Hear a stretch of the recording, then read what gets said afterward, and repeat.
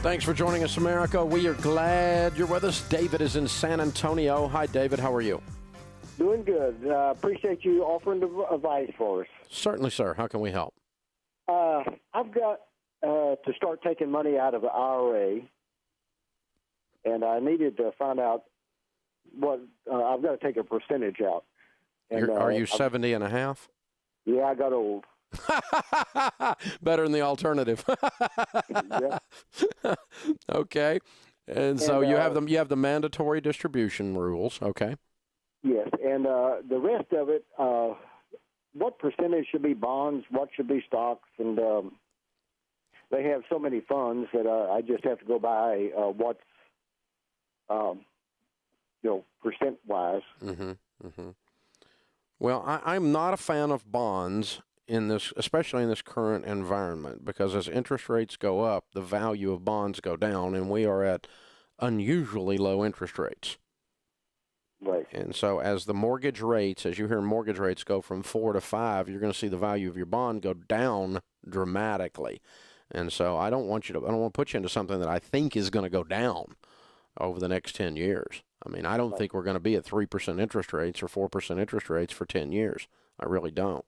I mean, it's nice, but I don't think it's going to happen.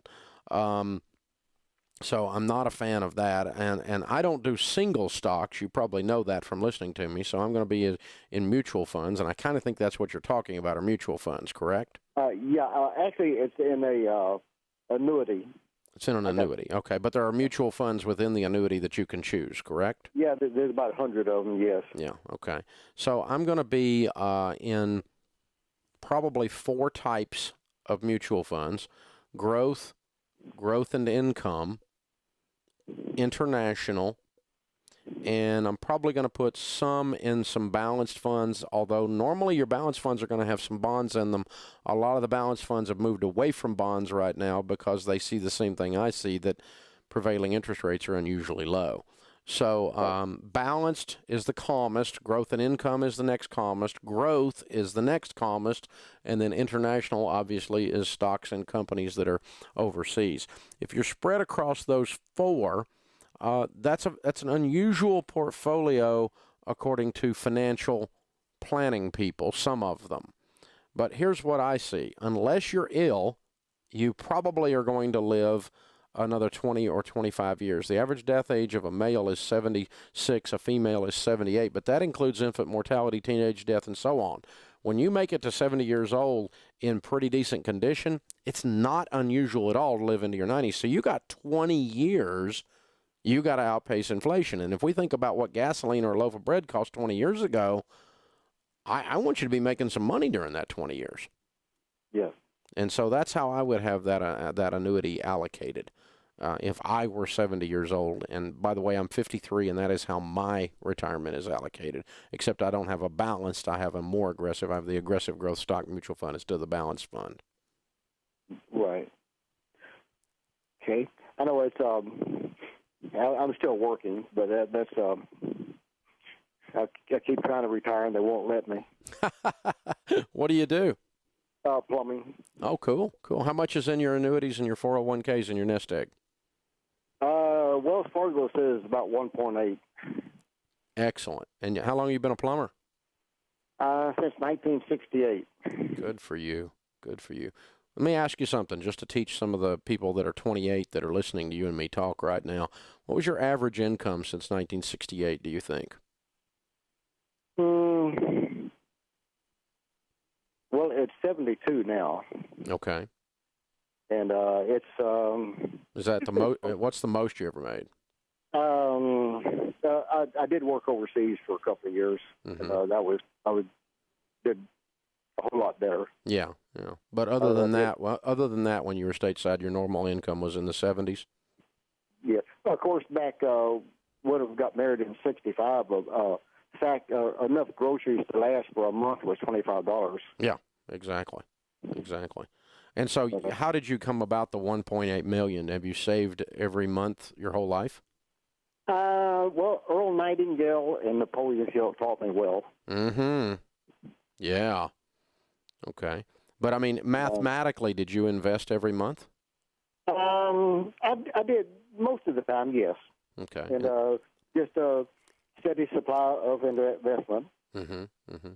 And so if you were going to sit down and advise a 28-year-old or a 26-year-old that was just getting married, starting their careers, you're a walking example of, as a plumber making $80,000 a year. A couple times you made more than that working overseas, you were able to amass $1.8 million in mutual funds. Right. Yeah. Okay.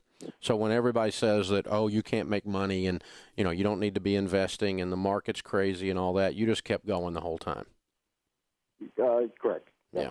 Yeah. And here you sit worth $2 million. You got grandkids? 3, yes. You teaching them how to do what you did? I'm trying. Good. Good. You're a good man. Absolutely amazing. Thank you for letting me interview you for a second, because you're what's known as the millionaire next door. Isn't that wonderful, America? That's the land you live in. And when you sit around and tell me that the economy is structurally flawed, I will point to you and say, there's a plumber named David in San Antonio that's worth almost $2 million. He's worth over $2 million. We didn't ask about his house. That was just his mutual funds. And when you tell me that you shouldn't invest the way Dave Ramsey teaches, because Dave Ramsey doesn't know what he's talking about, Dave Ramsey's an idiot, investing in good mutual funds and projecting that the market is going to cause you to win. Oh, but what about the lost decade? And what about the downturns? And what about this? And what about that? And let's just wring our hands and do nothing and hope that Barack Obama will save us. It's not going to work for you. Not going to work for you. Because, see, David, you know, the working man can't get ahead. I think David will tell you he's a working man. I'm a working man, too, by the way. I don't turn a wrench, but I work my butt off. So I think David is a working man that got ahead. You know who Earl Nightingale, by the way, is. He's the guy who did The Strangest Secret that we talked about one day, not long ago here on the air. The strangest secret is you become what you think about. And if you don't set goals, you will always lose. So men like David very quietly become worth $2 million while living in the house next door to somebody who spends everything they make, like they're in the government or something. That guy right there is a living, breathing example of who you need to think about being. He gets up and goes to work. He goes to work really when he doesn't feel like going to work some days. You can count on David. I don't know David. I never met him, but I'll just tell you that's a guy you can count on. He wouldn't be where he is if you couldn't. He's worthy of trust, trustworthy, faithful. And and yet you have some punks camping out on Wall Street, and you're punks, saying that David is evil because he's built wealth. And did you know wealth is not distributed equally? Did you know that there's a wealth distribution that's not fair? It's so bad. These poor little people don't have any money because they haven't worked and saved like David did. And you have no right to take his money. That's his money. And anyone who tries to take his money in the name of a government should be fired from their job. You should keep your hands off of David's money. It's his. You have no right to it. Your whining, sniveling, little wussified self has no right to that. That is his grandchildren's money. And your estate tax should not touch it. It doesn't currently, but it has in the past. And there's all these people out there running around talking about that wealth needs to be redistributed. No, it doesn't. Because some of you didn't work as hard as David has worked, and you weren't as diligent in saving as David, and so you have no right to his money. So for you to redistribute his wealth is called theft, you freak.